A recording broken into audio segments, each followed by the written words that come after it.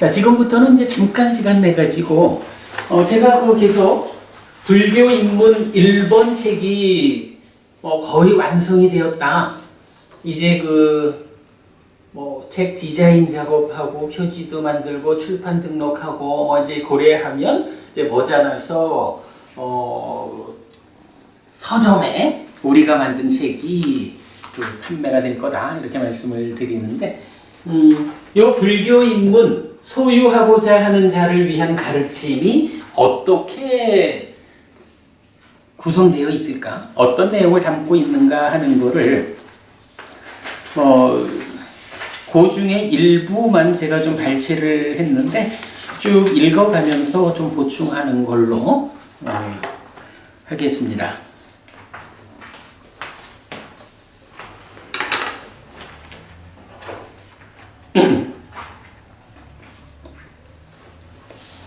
자, 먼저 이 책의 의도라는 부분을 좀 소개해 드리겠습니다.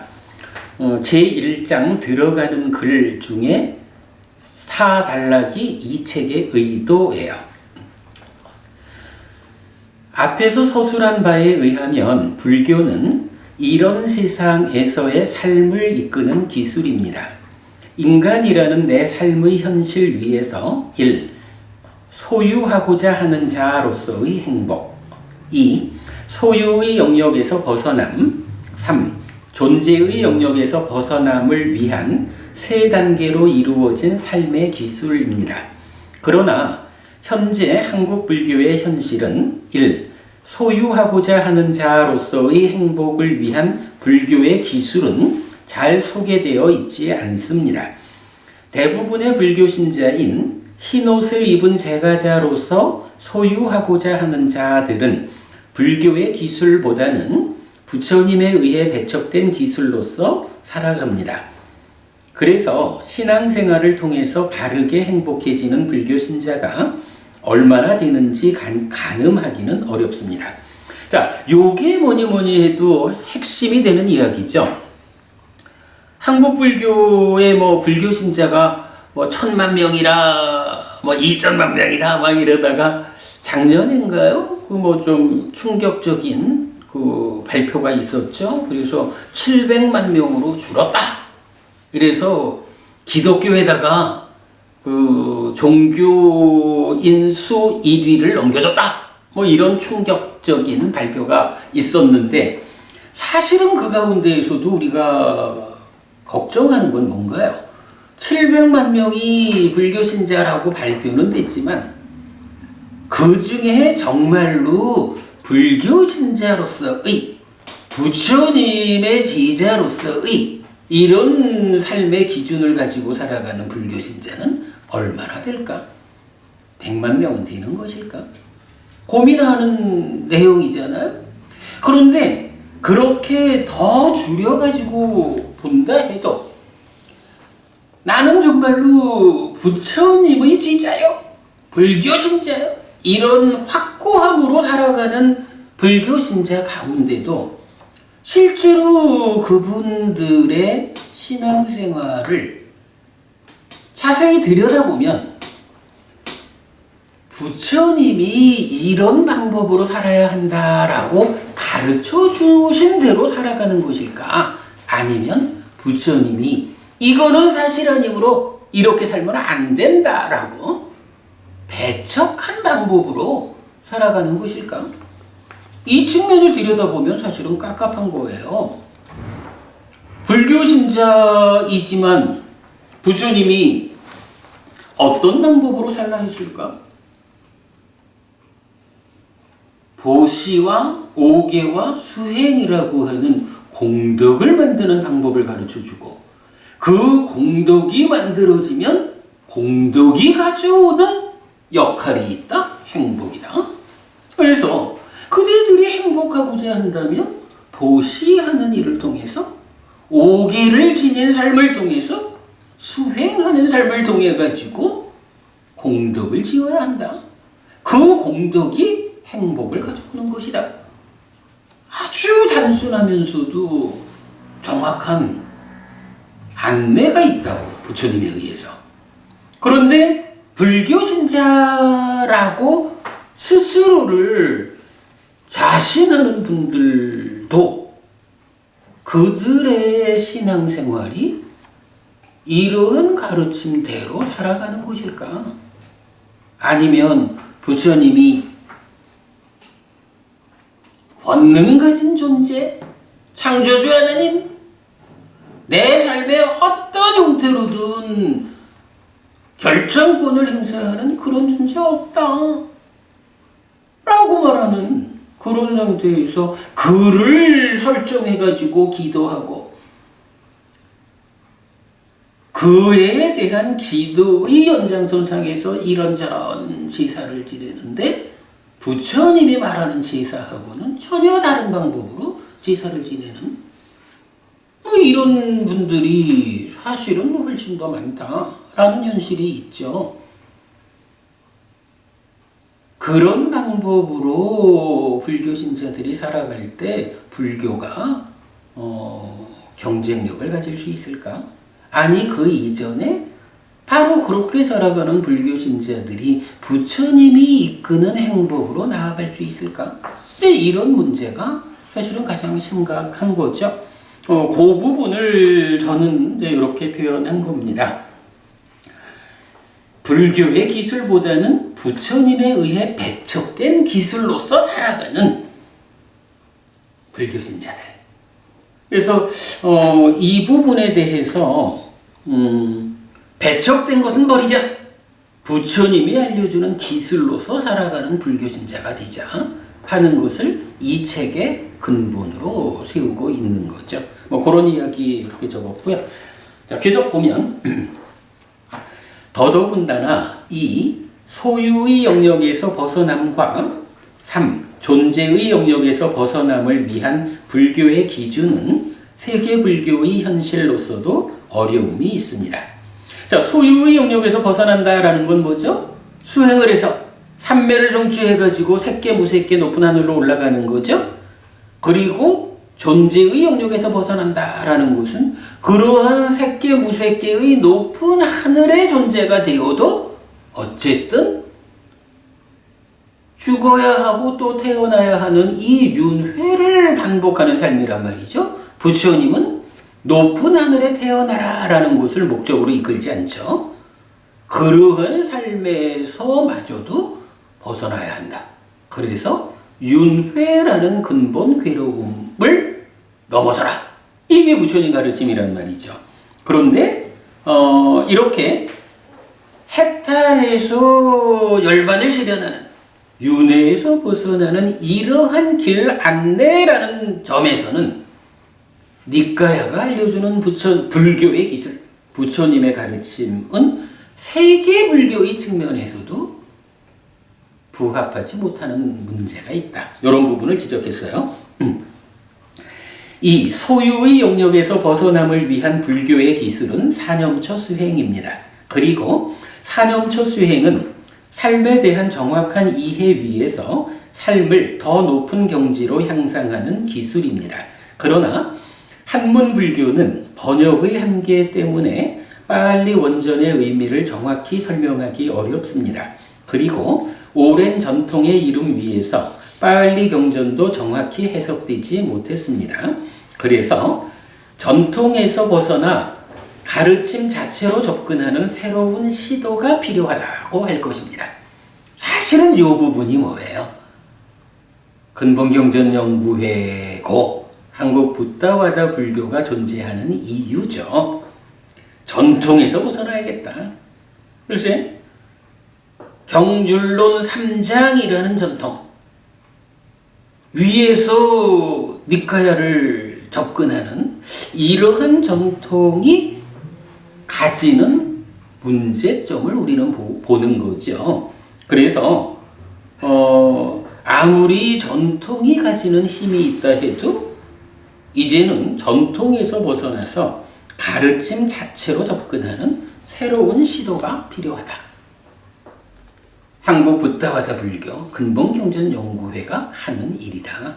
요거죠. 3. 존재의 영역에서 벗어남을 위한 불교의 기술은 사념처, 생겨난 마음의 삶의 문제 해소와 사마타 윗바사나 마음이 생겨나는 과정의 문제 해소입니다. 삶에 대한 정확한 이해 위에서 삶의 심오함의 끝에 닿은 깨달음에 의해 알려진 윤회의 근본 원인을 해소하는 기술입니다. 그러나 이 기술 역시 오랜 전통의 이름 위에서 정확히 해석되지 못하고 감추어져 버렸습니다. 그래서 전통에서 벗어나 가르침 자체로 접근하는 새로운 시도가 필요합니다. 요거를 니까야로 푸는 니까야. 우리가 이름 붙인 거죠. 이런 시도에 의해서만 이 기술을 복원하고 부처님께서 벗겨낸 윤회의 장막을 다시 쓰지 않을 수 있게 됩니다. 요 부분이 입문서에 적기에는 좀 어려운 내용인데, 요거는 이제 그 전체 내용 중에 이제 그 한쪽 부분에서 이 책은 이런 의도를 가지고 만들어진 거다라는 데서 이제 살짝 소개하고 있어서 입문서를 공부하는 분들한테 크게 불편을 주지는 않을 것 같아요. 그러나 분명하게 우리가 보자라고 하는 것은 대부분의 불교 신자인 소유하고자 하는 자들이 불교의 기술보다는 부처님에 의해 배척된 기술로 살아가고 있다. 요거 바로 잡아야 한다. 요것이 이 책의 목적이다. 라는 것을 일단 내세우고 있고, 거기에 이제 좀 더 연장된 이야기를 하자면, 더 높은 영역에 가서 범행을 실천하는 자, 범행을 실천해서 깨달음을 성취하자. 라고 하는 이 자리에 가더라도 사실은 경이 경대로 해석되지 못하는 데 따르는 문제가 있다. 그 문제를 풀기 위해서 전통에서 벗어나서 가르침 자체로 접근하는 시도를 해야 한다. 이런 이야기로 이제 좀 소개를 한 거죠. 대략 10년을 진행한 이런 새로운 시도의 과정에서 1년여의 시간 동안 탐진치를 서술하는 책을 준비하였습니다. 요 얘기죠. 어쨌든 이런 새로운 시도, 전통에서 벗어나서 가르침 자체로 접근하는 새로운 시도가 한 10년 진행되어 왔는데, 그 중에 최근 1년 넘는 시간 동안을 탐진치를 서술하는 책을 준비했다 이거죠. 그러나 삶에 대한 정확한 이해를 서술하는 삶의 메커니즘에 대한 충분한 설명 없이 탐진치를 서술하는 것은 무리라고 알게 되었습니다. 삶의 메커니즘을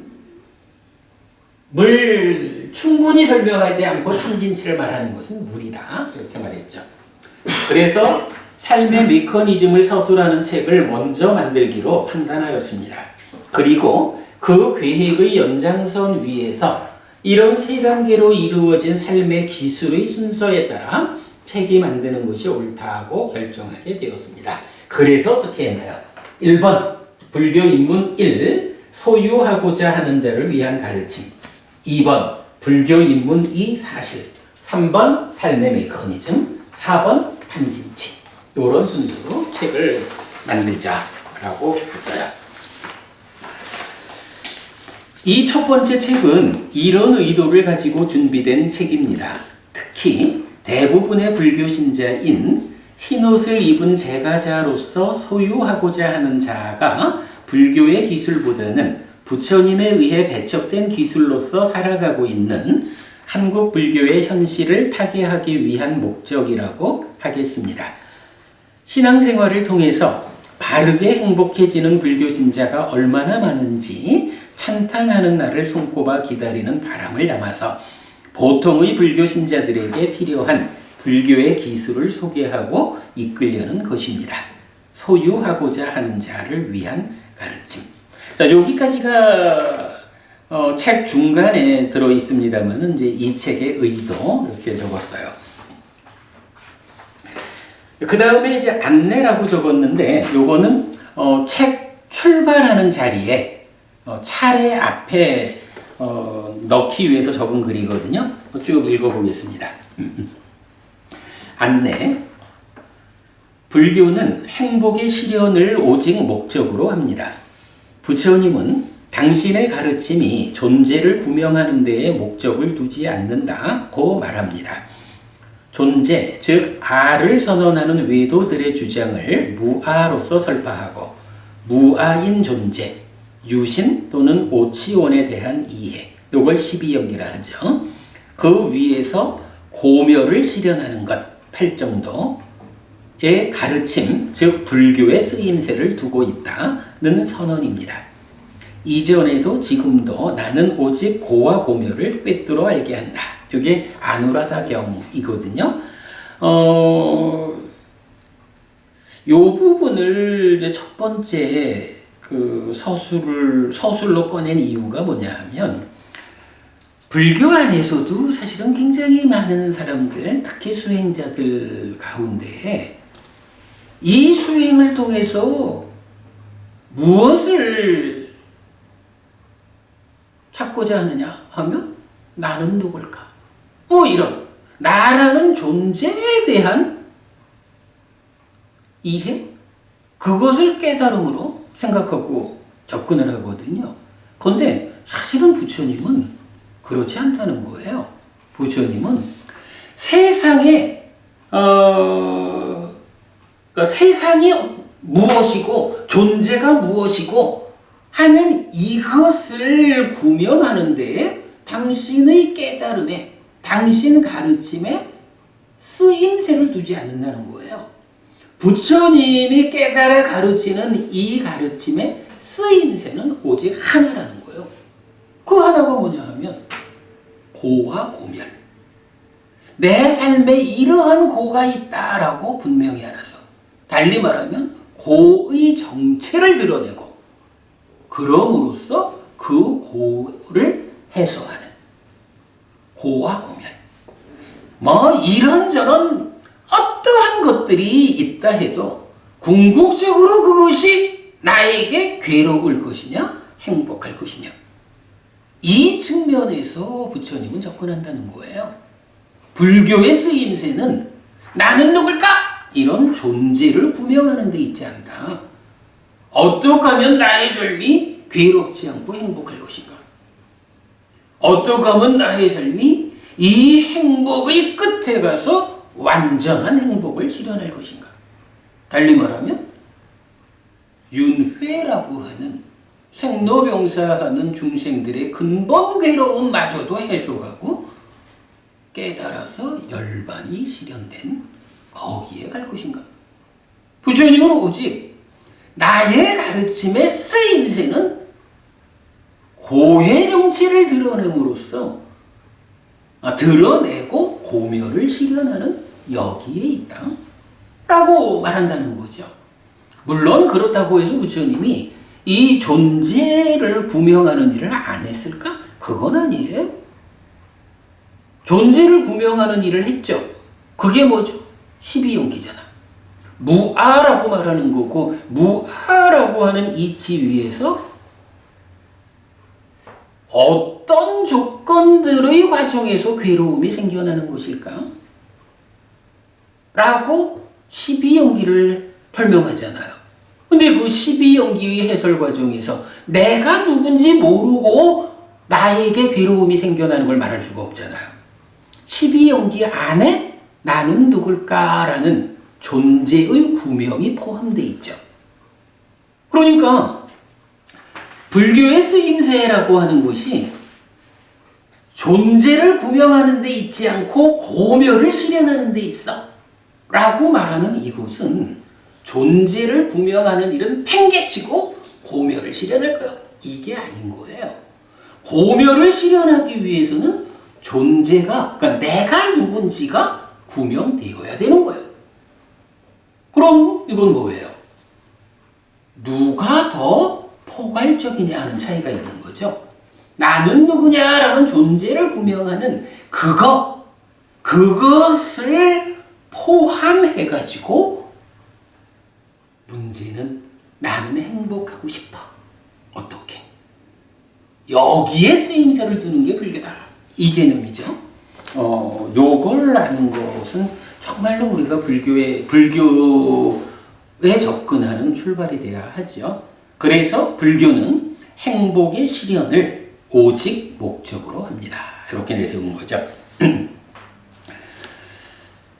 이 책을 만들면서 가장 주의한 점은 경이 의도한 그대로 인용하고 있는지입니다.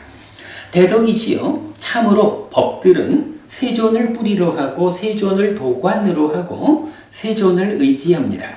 대덕이시여, 이 말씀의 의미를 세존께서 분명히 해주시면 참으로 감사하겠습니다. 비구들은 세존에게서 듣고서 명심할 것입니다. 요거 여러 경전에서 나오죠. 여기서 그 세존을 도관으로 한다라는 말, 강법은님 우리 도관이라는 말 보신 적 있죠? 박법은님은 아마 못 들어보셨을 것 같은데, 이 도관이라는 말을 어떻게 쓴 거냐 하면,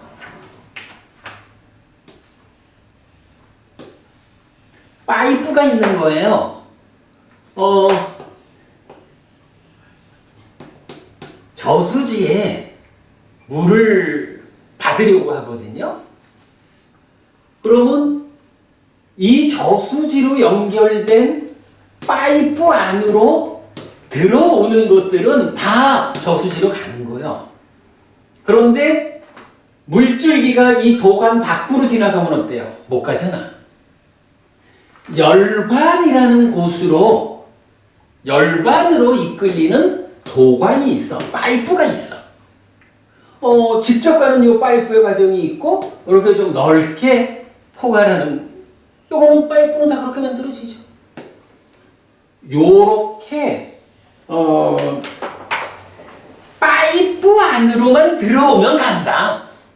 물살이 강하냐 약하냐에 따라서 시간은 좀 더 걸릴 수도 있고 덜 걸릴 수도 있지만, 그런 의미로, 사실은 뭐 이제 우리 강목스님께서는 이제 그 길잡이, 안내자 이렇게 번역을 하시는 단어예요. 근데 이제 그 단어가 이런 그 가이드란 의미도 가지면서 도관이라는 의미를 같이 가져요. 그래서 저는 안내자, 가이드라는 의미보다는 오히려 열반으로 이끌리는 파이프다, 요렇게 해석을 해서 도관으로 번역을 했는데, 훨씬, 비교는 말고 제가 볼 때는 부처님이 안내해준다, 이런 의미도 맞는 의미고, 그런데 그거를 부처님을 열반으로 이끌리는 파이프로 삼아가지고 여러 개 보는 게 제 생각에는 좀 멋진 표현 같아서 도관이라고 번역을 했어요. 그런데 이제 이렇게 경은 여러 곳에서 이렇게, 그러니까 이 문장을 가지고 부처님께서 말씀해 주시면 저희가 듣고 명심하겠습니다. 이 법의 주인은 부처님 당신입니다. 부처님께서 알려주십시오. 이렇게 말하고 있거든요. 그런 점에서 경이 의도한 대로 경을 해석해야 한다. 두 번째로 나온 게 세존이 말한 것을 말하고 사실 아닌 것으로 세존을 비난하지 않고 가르침에 부합하는 법을 설명하고 이어서 말하는 동료 수행자가 누구라도 낮은 상태로 오게 되지 않을까라고 설법을 하든 법담을 나누든 누구와 대화를 하는 가운데도 내가 말하는 것이 부처님이 말씀하신 그대로 말하는 것일까? 부처님이 말씀하지 않은 것, 사실 아닌 것을 말함으로써 듣는 사람한테 부처님을 비난케 하는 것은 아닐까? 정말로 내가 가르침에 부합하는 법을 말하고 있을까? 내가 말한 것을 그대로 인용해서 다시 말하는 나의 동료들이 낮은 상태로 오게 만들지는 않을까? 근데 이런 고민들이 다 뭐예요? 한 가지요. 경이 의도하는 그대로 우리가 경을 사용해야 되는 거거든요. 경을 올바로 해석해야 되는 중요한 이유죠.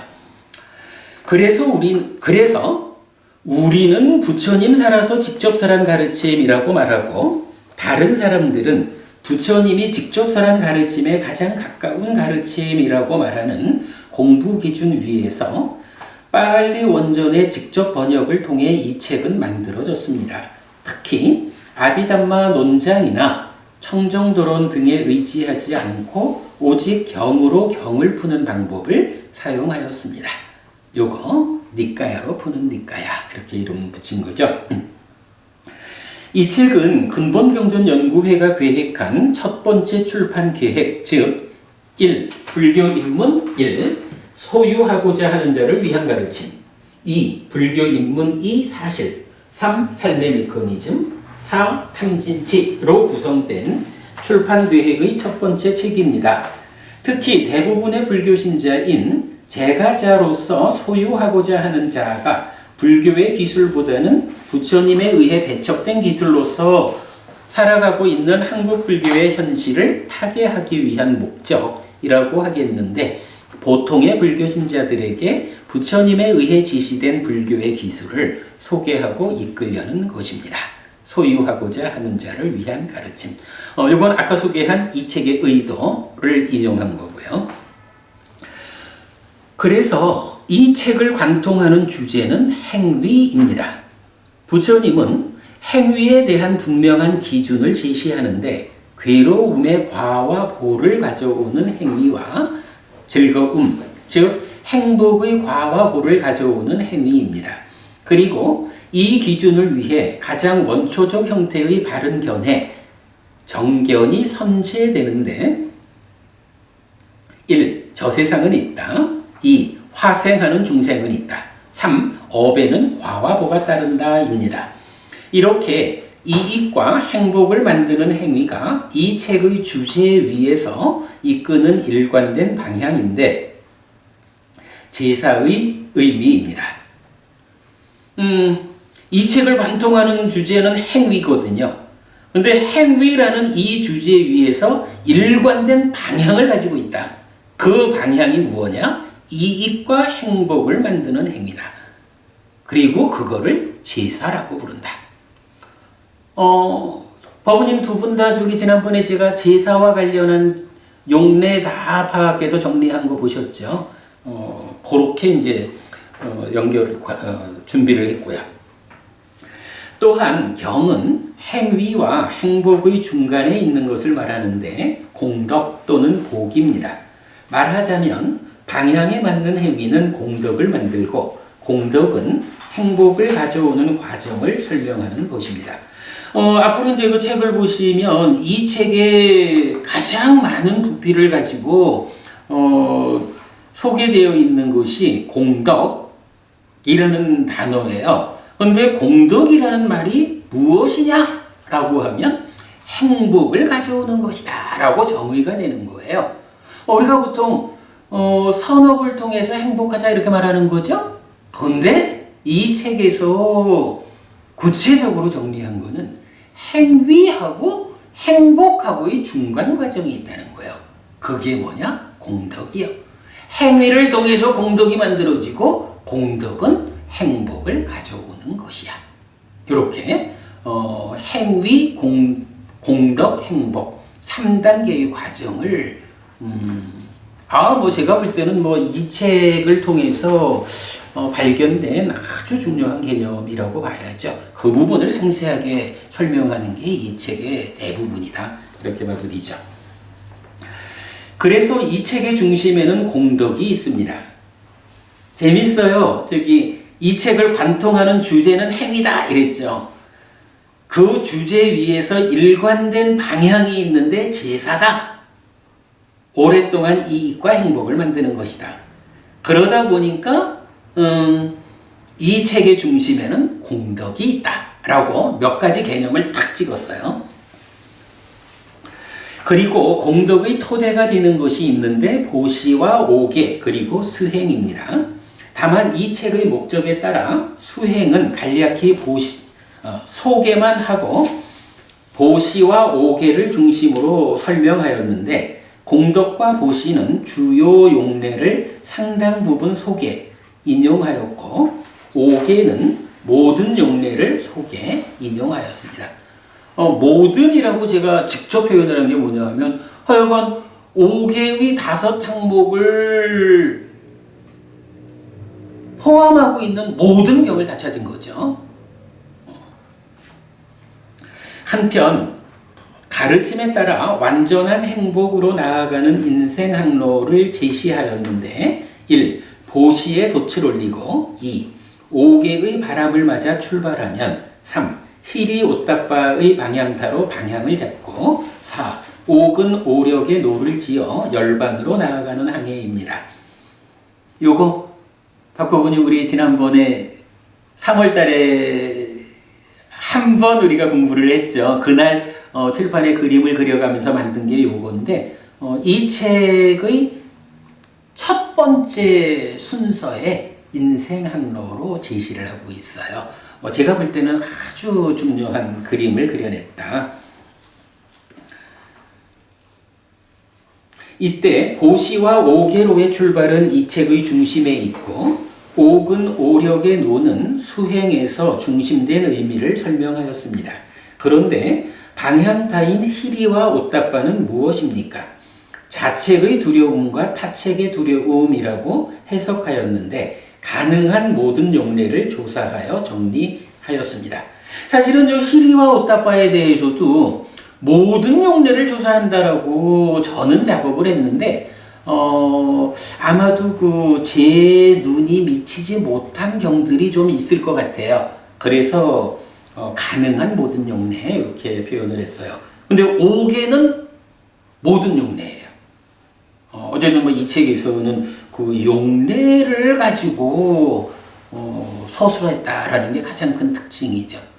근데 이게 뭐냐면 니까야로 푸는 니까야 이렇게 말한 거지만 우리가 전통이라는 이름으로 제시되어 있는 교재들 그 부분을 그 부분 밖에서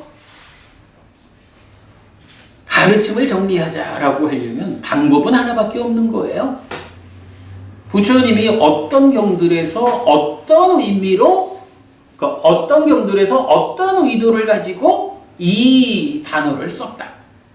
이렇게 용례를 조사하지 않고는 그런 용례 없이야 방법이 있나 뭐 우리 선배 스님들이 이렇게 해석해줬다 라고 쓸 수밖에 없죠. 근데 선배 스님들에 의지하지 않고 경으로 직접 부처님을 만나자 라고 하려면 얼마만큼 용례에 충실하냐 이거밖에 방법이 없는 거예요. 이 작업을 우리가 해내느라고 사실은 좀 많이 고생스러움이 있죠. 그러나 이게 공부의 성과다라는 부분은 아주 크죠. 그래서 이 책의 뒷부분에서는 희리와 옷다빠가 비중 있게 설명됩니다. 특히 희리와 옷다빠를 포함하지 않은 법들의 전개와 포함하는 법들의 전개를 충분한 용례를 통해서 정리하였습니다. 인생 항로에서 방향타를 놓치지 않기 위해 많은 수고로움을 감당한 것입니다. 그죠? 인생 항로에 보시로서 돛을 올리고 5개의 바람을 맞은 다음에 희리 옷다빠로서 방향타를 잡고 5가지 기능의 노를 적어가지고 깨달음으로 가잖아. 그러니 거기서 희리와 옷다빠라고 하는 이 방향타가 흔들리면 어때요? 노를 저어서 가는 만큼 다른 곳으로 갈 수가 있다고. 그러니 희리와 옷다빠라고 하는 이 방향타가 흔들리지 않게 하려면 방법은 하나밖에 없어요. 많은 용례들을 찾아가지고 부처님이 이 용어들을 이런 의도로 쓰셨다. 그러함으로 희리는 이런 거고 옷다빠는 이런 거다. 라고 우리가 설명할 수 있어야 되는 거죠. 하여간 그 일을 하느라고 많은 수고로움을 감당했다라고 제가 적었어요. 무엇보다도 이 책의 특징은 다양한 용례의 제시입니다. 어떤 주제에 대해 앞선 해석에 의지하지 않고 경이 의도한 그대로의 의미를 드러내고자 하는 시도입니다. 특히 삶에 대한 이해가 부처님에 일치하지 않는 후대의 교재들에 의한 왜곡을 방어하기 위해 가능한 만큼의 용례를 통해 경의 의도를 확인하였습니다. 니까야로 푸는 니까야의 방법인데 과학의 발전이 제공하는 학습 능력의 향상을 감안할 때 이제 우리에게는 타당한 방법입니다. 요거 참 그래요. 부처님의 일치하지 않는 후대의 교재들에 의한 왜곡을 방어하자라는 거 우리가 계속 말하는 건데 사실은 이제 니까야로 푸는 니까야라고 해서 우리가 이런 공부의 길을 밟아가니까 아까 말씀드렸던 한 10년 정도의 과정을 우리가 이 일을 하고 있잖아요. 사실은 주변에서 참 많이 들은 이야기가 당신들이 그런 일을 할 만하냐? 당신들이 그런 능력이 돼? 이런 이야기. 해피 스님 우리 잘났어? 당신이 그런 일을 할 만한 깜이 돼? 이런 식. 해피법당으로 근본경전연구회로 함께 공부하는 우리가 이런 일을 감당할 수 없을 것이다 라고 우리를 지적하는 사람들이 많았죠. 제가 그래서 이런 이야기를 하는 거예요.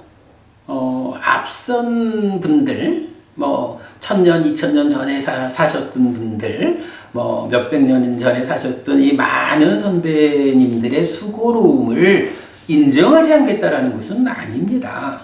그러나 어떻게 생각하면 과학 문명이 발달했다라고 하는 이거는 사람들은 이런 과학 시대에 무슨 니까야? 이렇게 전혀 다른 접근을 하기도 하지만 사실은 잘 생각해 보면 과학이 발전하는 만큼 우리가 공부할 수 있는 능력이 커진 거예요.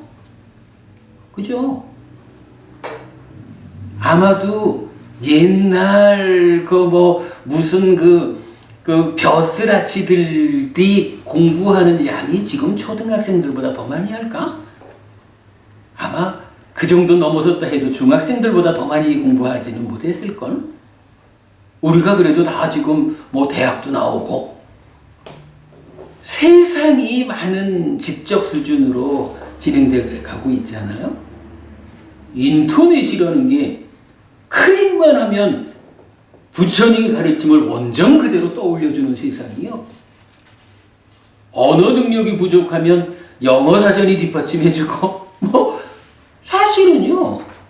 지금 이 과학의 발전이 우리가 공부할 수 있는 학습 능력을 무지하게 키워줬거든요. 지금 이 상태에서 경을 해석하지 못한다라고 하는 것은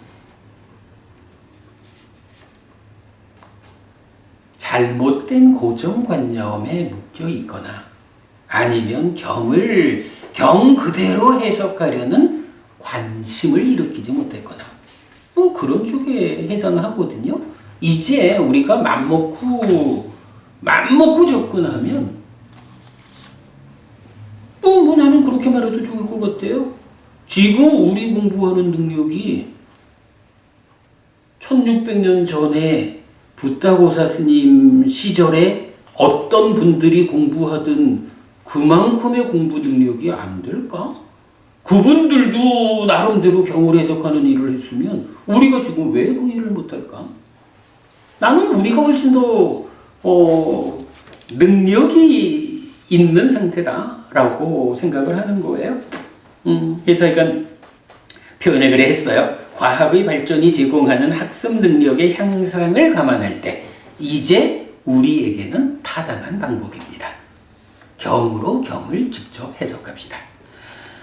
모쪼록 다양하게 보여드린 경들을 도관으로 삼아 법우님의 삶이 잘 출발하고 방향을 잃지 않아서 부처님이 보여주신 그 자리에 빠르고 무사하게 도착하시기를 바랍니다.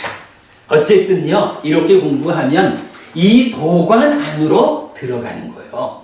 도관 안으로 들어가기만 하면, 그렇게 출발하기만 하면 도관 안에 들어간 다음에는 방향을 잃을 수가 없는 거예요. 부처님이 보여주신 그 자리, 해탈 열반의 그 자리로 가는 거요. 빠르고 무사하게 도착하십시오. 요렇게 이제 그 책의 시작 자리에서 안내를 해드렸어요.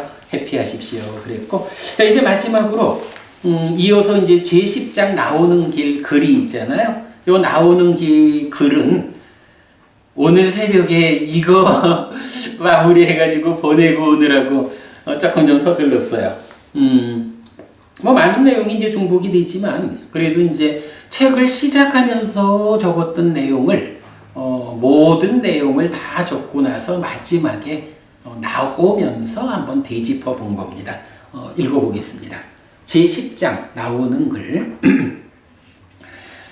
대부분의 불교 신자인 제가자로서 소유하고자 하는 자가 불교의 기술보다는 부처님에 의해 배척된 기술로서 살아가고 있는 한국 불교의 현실을 타개하기 위하여 보통의 불교 신자들에게 부처님에 의해 지시된 불교의 기술을 소개하고 이끌려는 것이 이 책을 만든 이유입니다.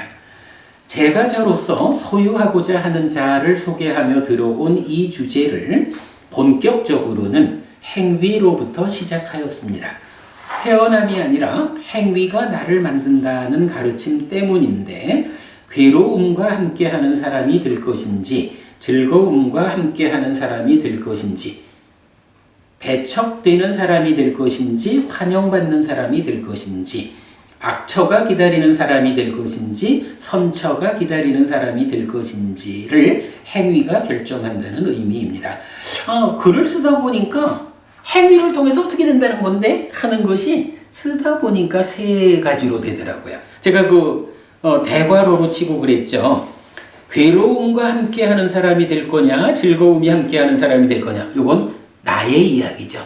내가 괴로울 거냐, 행복할 거냐. 두 번째로 배척되는 사람이 될 것인지 환영받는 사람이 될 건지. 이건 뭐예요? 너와 나라는 관계의 측면이죠. 너에게 내가 배척당할 것이냐, 환영받을 것이냐. 박부부님, 배척되는 사람 되면 안 되죠? 이렇게 그러니까 내가 괴로울 것이냐, 행복할 것이냐의 연장선상에서 혼자 살 수 없는 게 중생들의 삶이라고요. 이러한 관계의 측면에서 배척당하는 사람이 되지 않아야죠. 어디 가든 환영하는 사람이 돼야 한다라는 거고, 그런가 하면 우리가 한평생 살다 죽으면 끝나는 게 아니잖아요. 죽은 다음에 또 태어나야 하는데, 그 내생이라는 측면에서 악처. 강보부님, 여기서 악처라 그러면 지옥, 축생, 아귀까지를 말하죠. 그런가 하면 선처, 인간과 하늘세상 의뢰되잖아요. 한평생 내가 행위를 했다라는 이것에 의해서 죽은 다음에 내가 악처가 기다리는 사람. 이건 뭐야?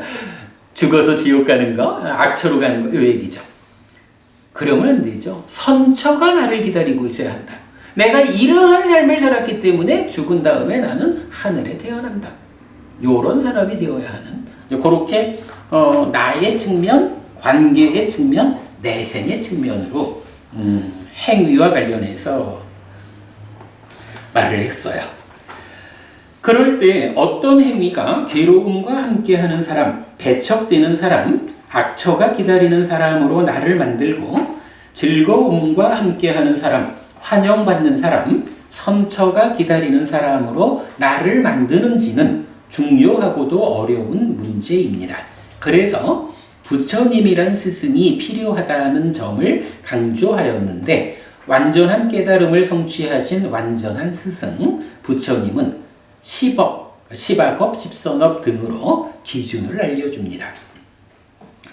이런 기준에 충실할 때 3종 외도를 타파하고 바르게 행복을 만들 수 있고, 업장 소멸을 위한 바른 방법도 확보할 수 있습니다.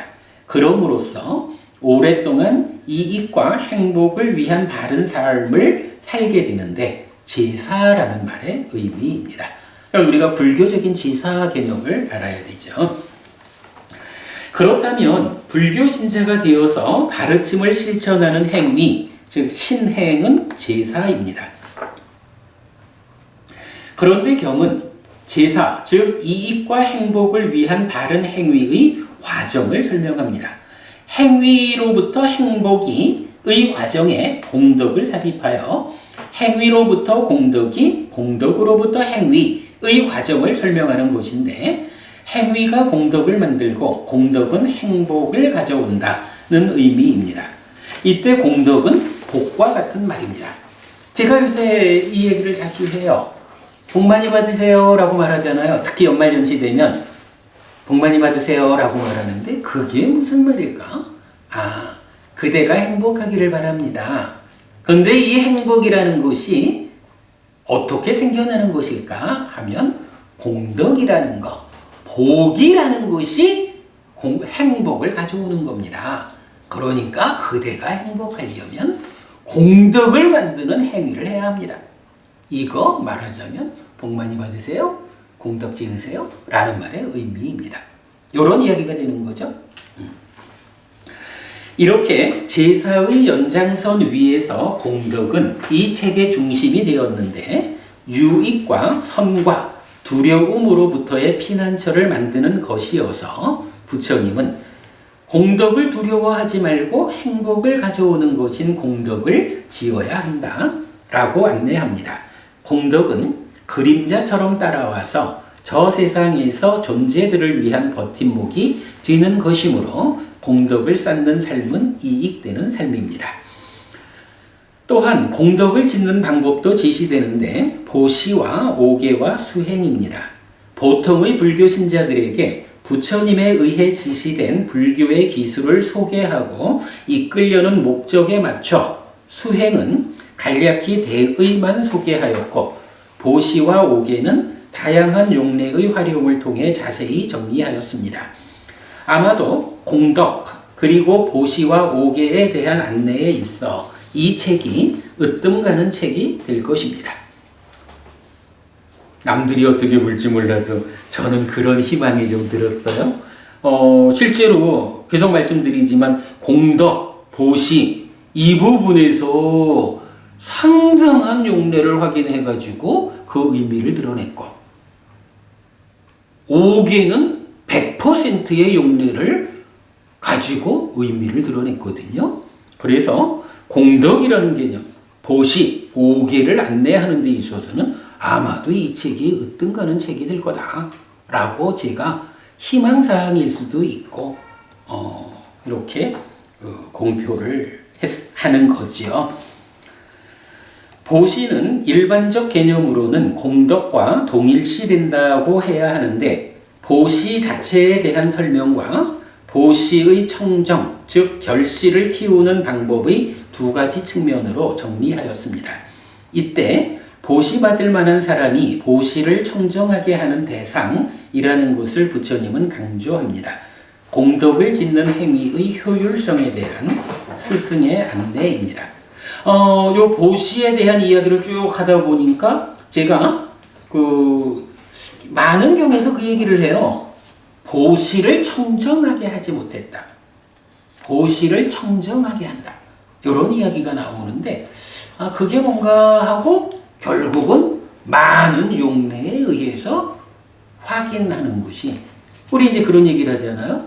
사상팔배의 성자들한테 보시를 하면 복전이다 이렇게 말하죠.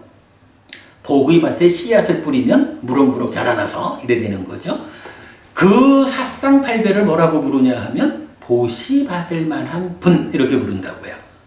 그 보시 받을 만한 분이 하는 일이 뭐냐? 보시를 청정하게 한다. 그런데 그 구체적 내용이 보시를 하면 그 보시를 뻥튀기 해가지고 엄청 커다란 공덕을 생겨나게 한다. 이런 이야기로 정리가 되거든요.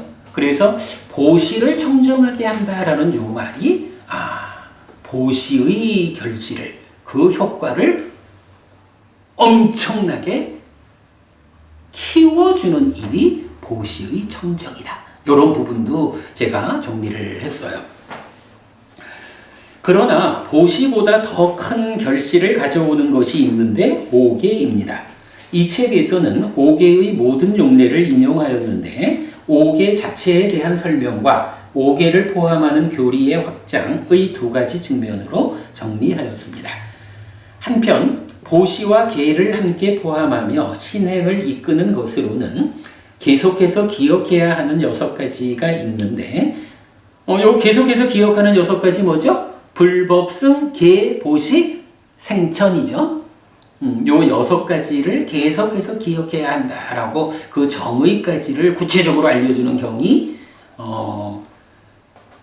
완전한 형태로는 5개가 있고 불완전한 형태로 나타나는 게 3개가 있는데 8개 경전을 다 소개해 드렸죠. 그리고 5개를 지키는 삶보다 좀 더 적극적인 신행도 강조되는데 보름의 3일 동안, 그러니까 15일 동안에 8일, 14일, 15일, 3일 동안 8개, 8가지 계를 지키는 포살입니다. 포살을 다양한 측면에서 설명하는 8개의 경도 모두 소개하였습니다. 그러니까 공덕이라는 말, 그리고 보시, 오계 이렇게 이제 중심이 되는데 전체적으로 경들은 그 외에도 계속해서 기억해야 하는 6가지 하고 포살의 8개라는 것을 공덕이라는 측면에서 이렇게 강조해 주는 거죠. 예, 그렇게 이제 함께 소개를 했죠. 이렇게 행위로부터 연장되고 제사로부터 확장된 공덕에 대한 상세한 설명은 이 책의 중심인데 제사와 공덕 총괄장 1. 공덕의 우월을 순차적으로 설명하는 경들 2. 공덕에 의한 태어남을 구체적으로 설하는 경들로 마무리하였습니다. 그러니까 행위가 제사라는 개념으로 연결되고 제사 위에서 공덕이라는 개념으로 이렇게 확장되어 가지고 많은 이야기를 했거든요.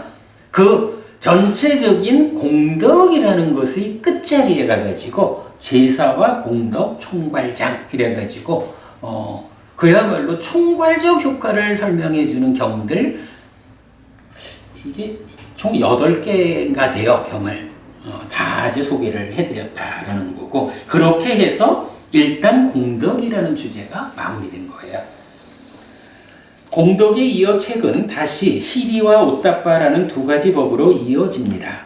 세상을 보호하는 2가지 법인데 자책의 두려움과 타책의 두려움 이어서 보시와 오계에 이어 인생 항로의 방향타가 되는 것입니다. 이후 책은 희리와 오따빠의 포함 여부로 법들의 전개를 구분하였습니다. 법이라는 게 1개로 된 법도 있고 2개로, 3개로, 4개로 이렇게 쭉 있죠. 그런데 이렇게 소유하고자 하는 자를 위한 가르침으로의 불교 입문에서 우리가 소개해야 하는 법들을 보니까 희리와 오따빠를 포함하지 않는 법들의 전개가 있고 그런가 하면 희리와 오따빠를 포함한 법들의 전개가 있더라 하는 거예요. 경의 후반부로 가가지고는 공덕 다음에 이런 희리 오따빠로서 그 부분을 소개하고 있어요. 희리와 오따빠를 포함하지 않는 법들의 전개에서는 불방이를 소개하고 5가지 기능, 과힘, 오근과 오력을 중심에 둔 수행의 대의와 수행의 종류를 설명하였습니다. 이때 올챙이 개구리 되기의 비유는 심, 마음과 근, 기능, 력, 힘의 관계를 잘 설명하고 있는데 수행을 통한 삶의 향상에 대한 가장 중요한 관점입니다.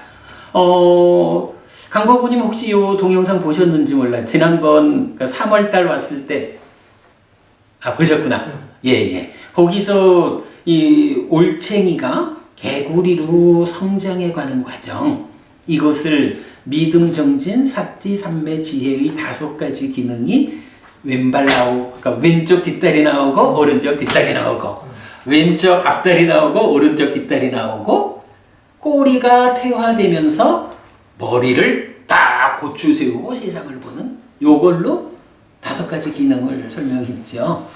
제가 볼 때는 어부님 공감이 어떻게 되시는지 모르겠어. 이게 내 마음이 5가지 그러니까 수행을 통해서 5가지 기능을 갖추고 그 기능을 갖추는 자체가 올챙이가 성장 과정을 거쳐서 개구리가 되고 개구리가 된 다음에 완성된 능력자로서 삶을 사는, 세상을 만나는, 마음이 5가지 기능을 이렇게 키워가지고 갖추면서 세상을 상대로 승부하는, 그래서 깨달음으로 완성하는, 요 측면을 설명한 거는 제가 볼 때 아주 기막힌 비유인 것 같아요. 네. 그리고 믿음, 계, 보시, 지혜의 4가지 법과 믿음, 계, 배움, 보시, 지혜의 5가지 법을 설명하는 용례를 상세히 설명하였습니다. 그 중심이 되는 중요한 경들 소개를 했죠. 그리고 희리와 오따빠를 포함하는 법들의 전개는 7가지로 구성되는 법들로 모이는데 7가지 정법과 7가지 재산, 그리고 7가지 힘입니다. 이 3가지는 믿음, 희리, 오따빠, 지혜의 4가지 법에 배움, 정진, 사띠가 더해지면 7가지 정법, 바른 법이고, 정진, 사띠, 삼매가 더해지면 7가지 힘이며, 계, 배움, 보시가 더해지면 7가지 재산이 되는데 각각의 관점에서 차별적 쓰임새를 가집니다. 그래도 이렇게 책을 만든다라는 과정을 통해서 정리를 하면 이런 결론이 나와요. 사실은 이제 그동안 저도 계속 경을 보면서, 왜냐하면은 7가지가 4가지는 공통으로 쓰면서 3가지를 차별해가지고 정법이라고 말하고 재산이라 말하고 힘이라고 말하니까 볼 때마다 헷갈리는 거죠. 근데 이렇게 정리를 해보니까 4가지 중에 요런 3가지가 더해지는 거에 따라서 정법이고 재산이고 힘이다. 그리고 그 각각이 어떤 쓰임새로 설명되었다라는 것을 알 수가 있죠. 이렇게 행위에서 출발해서 제사, 공덕, 보시, 보계, 희리, 오따빠로 연결되어 온 이 책의 흐름은 열반으로 나아가는 인생 항로로 요약됩니다. 고해, 괴로움의 바다를 건너 열반으로 나아가는 인생 항로가 있습니다. 1. 보시에 돛을 올리고 2. 오계의 바람을 맞아 출발하면 3. 희리 오따빠의 방향타로 방향을 잡고 4. 옥은 오력의 노를 저어 열반으로 나아가는 항해입니다. 요게 이제 600페이지가 훨씬 넘는 이 책의 그 마무리 제10장 나오는 글로 전체 내용을 압축해 본 겁니다. 그러니까 오늘 오랜만에 여러분 뵈면서 이제 다음 주부터 시작하는 우리 법회에 대해서 안내했고, 이제 조만간 출판되어 나올 불교 입문 1 소유하고자 하는 자를 위한 가르침, 이 책에서 개념적으로 제가 좀 부모님들께 보여드리고 싶은 이야기 좀 소개를 해드렸습니다. 오늘 이렇게 말씀 마치고 다음 주부터 공부 시작하도록 하겠습니다. 수고하셨습니다.